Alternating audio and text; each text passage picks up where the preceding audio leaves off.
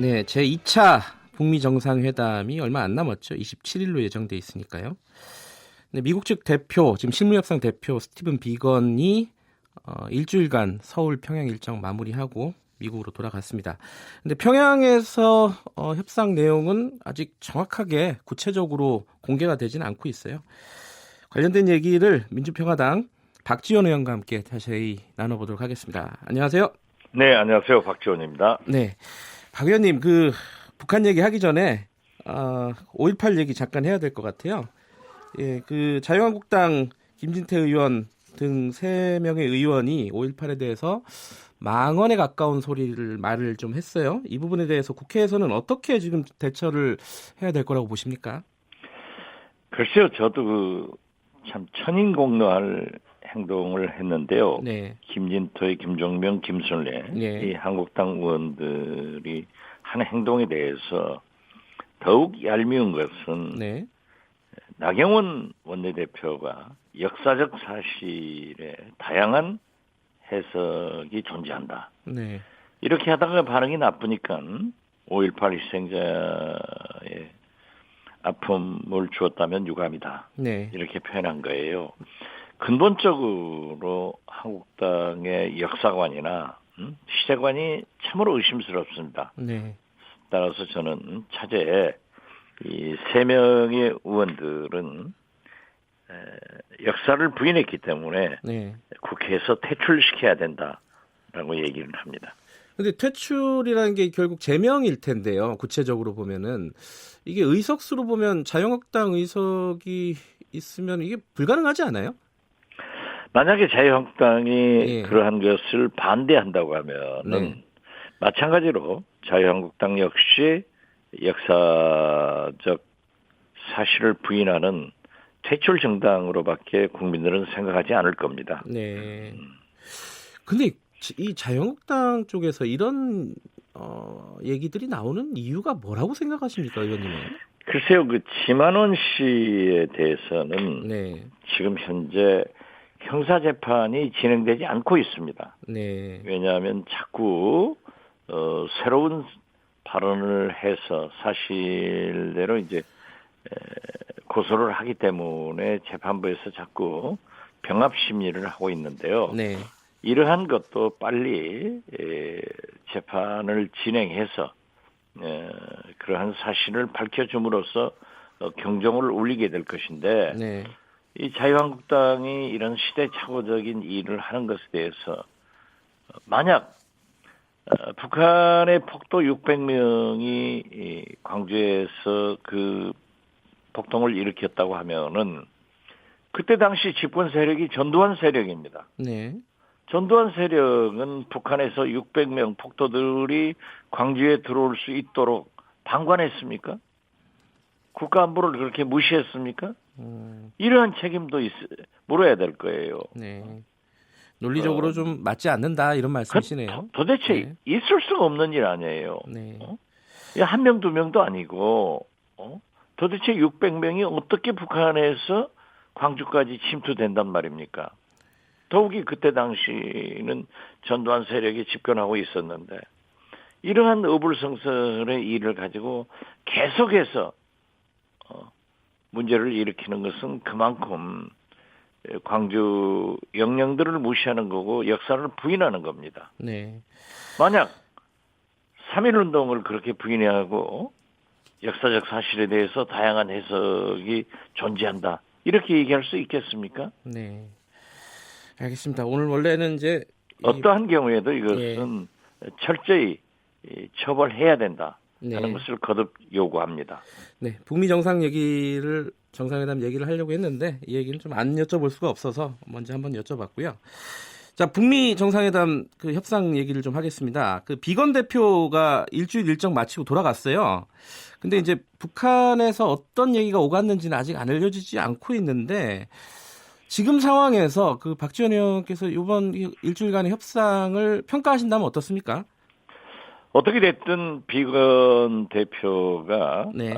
북한에 가서 김혁철 국무위원회 특별대표와 장장 3일간 네. 회담을 한 것은 성과라고 생각합니다. 네. 그리고 비건이 돌아와서 구체적으로 사실을 밝히지는 않았지만은 네. 또다시 정상회담 전에 회담을 하게 될 것이다 네. 하는 것도 아직은 합의가 덜 된 부분에 대해서 계속 해나가겠다는 긍정적 신호이기 때문에 이번 2월 27일, 8일 네. 이 북미 정상회담은 성공의 길로 가고 있다. 그래서 거듭 말씀드리지만 평창 올림픽의 평화가 하노이에서 결실을 봐야 된다 하는 것을 더욱 생각하게 됩니다.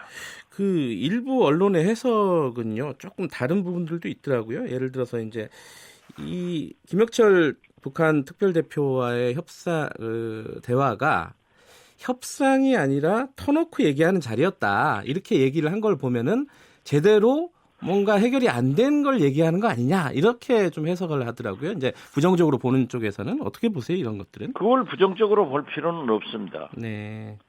회담이라고 하는 것은 터놓고 얘기했다는 것 자체가 성과 아니에요?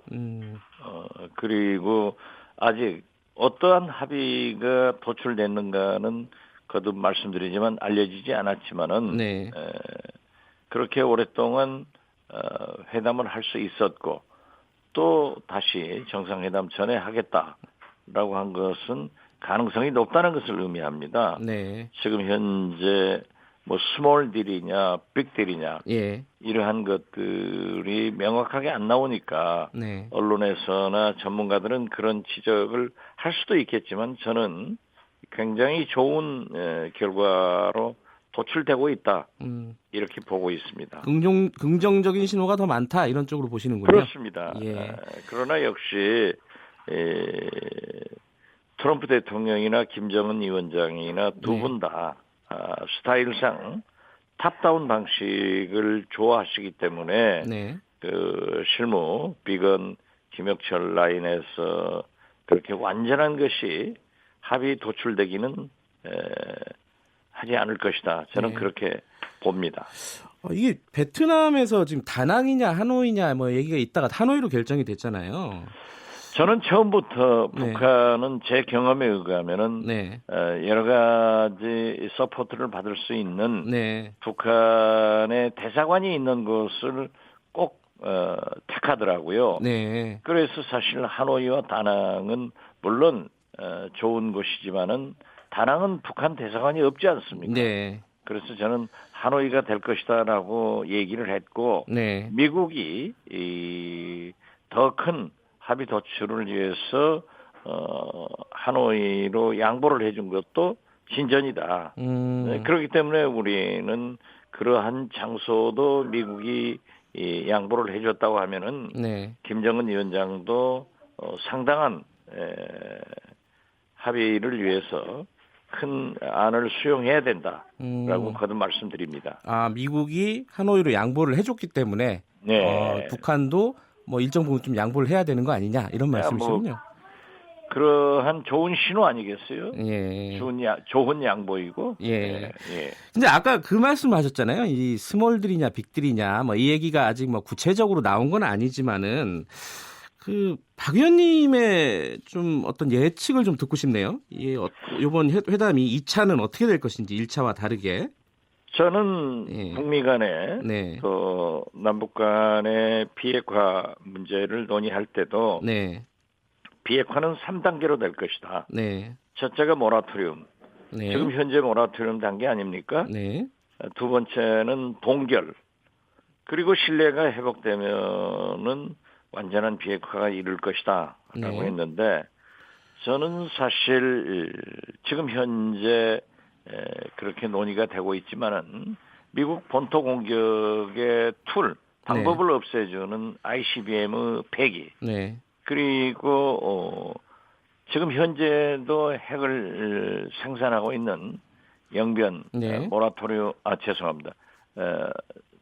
영변 핵시설을 전문가를 초청해서 폐기를 해준다고 하면은 미래의 핵과 특히 미국이 두려워하는 핵 확산을 차단할 수 있기 때문에 큰 진전이라고 봅니다. 문제는 트럼프 대통령이 북한이 요구하는 경제 제재 해제 네. 및 종전선언 그리고 워싱턴과 평양에 연락사무소 설치 등은 거기까지 갈 수 있는가 하는 것에 대해서는 조금 어려울 것 같은 그런 예감이 듭니다. 근데 이번 2차 정상회담의 핵심은 미국이 북한에게 어느 정도 제재 완화를 약속할 것이냐 이 부분이라고 저번에 이제 인터뷰한 정세현 전 통일부 장관은 얘기를 하더라고요. 그렇습니다. 지금 예. 현재 김정은 위원장으로서는 내놓을 것을 거의 다 내놨습니다. 네. 그리고 자기들이 요구하는 것도 종전선언이나 핵 부분 신고 네. 이런 문제 이런 것이 왔다 갔다 하는데 이제 트럼프 대통령이 북한에 무엇을 해줄 것인가? 예. 특히 경제 제재, 네. 완전한 해제인가 완화인가 이런 것이 아직 결정되지 않았기 때문에 지금 비건 김혁철 회담에서도 명확한 선이 나오지 않았다. 저는 그렇게 봅니다. 그래서 네. 김정은 위원장의 제안에 대해서도 행동 대 행동으로 트럼프 대통령도 감동적인 그런 제안을 해서 이번에 합의가 되기를 바랄 뿐이죠. 네. 근데 트럼프 대통령이 트위터에서 그런 얘기를 했잖아요. 경제 로켓이다 이제는. 그냥 로켓이 아니라 그러니까 뭔가 경제 제재 관련해 가지고 줄 선물이 좀 있는 것처럼 얘기를 하더라고요. 지금 현재 트럼프 대통령은 경제 로켓이라고 북한의 경제 발전이 이루어질 것이다. 라고 하는 막연한 희망을 띄우면서 북한의 완전한 비핵화를 요구하고 있기 때문에 그러한 것도 액면 그대로 받더라도 결국 두 정상이 합의할 문제다. 저는 그렇게 보고 그 두 정상의 성격상 거듭 탑다운 방식으로 결정되기 때문에 역시 이틀간의 북미 정상회담의 결과가 중요하다. 저는 그렇게 봅니다. 김정은 위원장의 서울 답방은 이 북미 정상회담 결과와 크게 상관없이 진행이 되겠죠, 아무래도? 저는 반드시 김정은 위원장이 약속대로 답방하는 것이 필요하고 꼭 답방하리라고 봅니다. 네. 3월 경에 이루어질 것이다 이렇게 보시나요? 일단은? 저는 3월보다는 만약 2월 말 북미 정상회담에서 상당한 진전이 있는 합의가 되든 안 되든 일정 부분에 대해서 합의는 될 겁니다. 그렇기 때문에 그 합의된 부분의 미국 측 진전을 보면서 4월이 되지 않을까 저는 그렇게 봅니다. 4월 정도로 예상을 하고 계시군요. 알겠습니다. 마지막으로 이 남해당 얘기긴 한데 자유한국당 전당대회 이거 예정대로 열릴 수 있을까요? 이게 정치 구단이시니까 이거 한번 예측 좀 해주시죠. 지금 현재 열릴 수밖에 없지 않겠습니까? 예정대로요? 지금 그 6분이 보이콧한다고 하지만은 그 명분은 없습니다. 그렇기 때문에 저는 처음에는 박관영 국회의장이 선관위원장이기 때문에 연기될 것이다 하고 예측을 했지만은 선관위원장이나 현재 비대위원장 그리고 당에서 결정했다고 하면은 이제 6분이 오히려 보이콧하는 것이 공색해 보인다. 그래서 저는 전당대회는 예정대로 열릴 것이다. 그렇게 해석을 합니다. 알겠습니다. 정치 구단의 예측을 들어봤습니다. 오늘 여기까지 듣겠습니다. 고맙습니다. 네, 감사합니다. 민주평화당 박지원 의원이었습니다.